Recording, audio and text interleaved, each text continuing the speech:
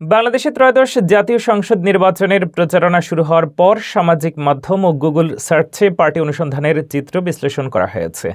দলগুলো কতটা জনপ্রিয় বা অনুসন্ধিত হয়েছে, ফেসবুক ফলোয়ার সংখ্যা কত, এসব তথ্য মিলিয়ে নির্বাচন ঘিরে জনমত ও ডিজিটাল কার্যক্রমের চিত্র জানতে দেখুন আমাদের প্রতিবেদনটি। আগামী 12 ফেব্রুয়ারি অনুষ্ঠিত হতে যাচ্ছে ত্রয়োদশ জাতীয় সংসদ নির্বাচন। গত 22 জানুয়ারি থেকে শুরু হয়েছে নির্বাচনী প্রচারণা। এ সময় নেটিজেনরা গুগল সার্চের মাধ্যমে বিভিন্ন দলের তথ্য খোঁজ করছেন। গুগল ট্রেন্ডসের হিসাব অনুযায়ী 4টি প্রধান রাজনৈতিক দলের মধ্যে বাংলাদেশ জাতীয়তাবাদী দল বিএনপি শীর্ষে রয়েছে। বিএনপির গুগল অনুসন্ধানের অ্যাভারেজ ইন্টারেস্ট 67%। এরই মধ্যে বাংলাদেশ জামায়াতে ইসলামী 45% অনুসন্ধান নিয়ে দ্বিতীয় স্থানে অবস্থান করছে। তৃতীয় স্থানে রয়েছে জাতীয় নাগরিক পার্টি 11% এবং চতুর্থ অবস্থানে ইসলামী আন্দোলন বাংলাদেশ 4% অনুসন্ধান নিয়ে।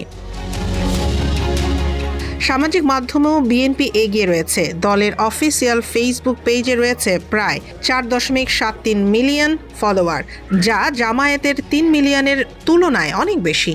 এনসিপি এবং ইসলামী আন্দোলনের ফলোয়ার যথাক্রমে 1.4 মিলিয়ন এবং 1.6 মিলিয়ন। এই তথ্য দেখাচ্ছে নির্বাচনী প্রচারণার প্রথম কয়েকদিনে গুগল সার্চ এবং সোশ্যাল মিডিয়াতে বিএনপির প্রভাব সবচেয়ে বেশি।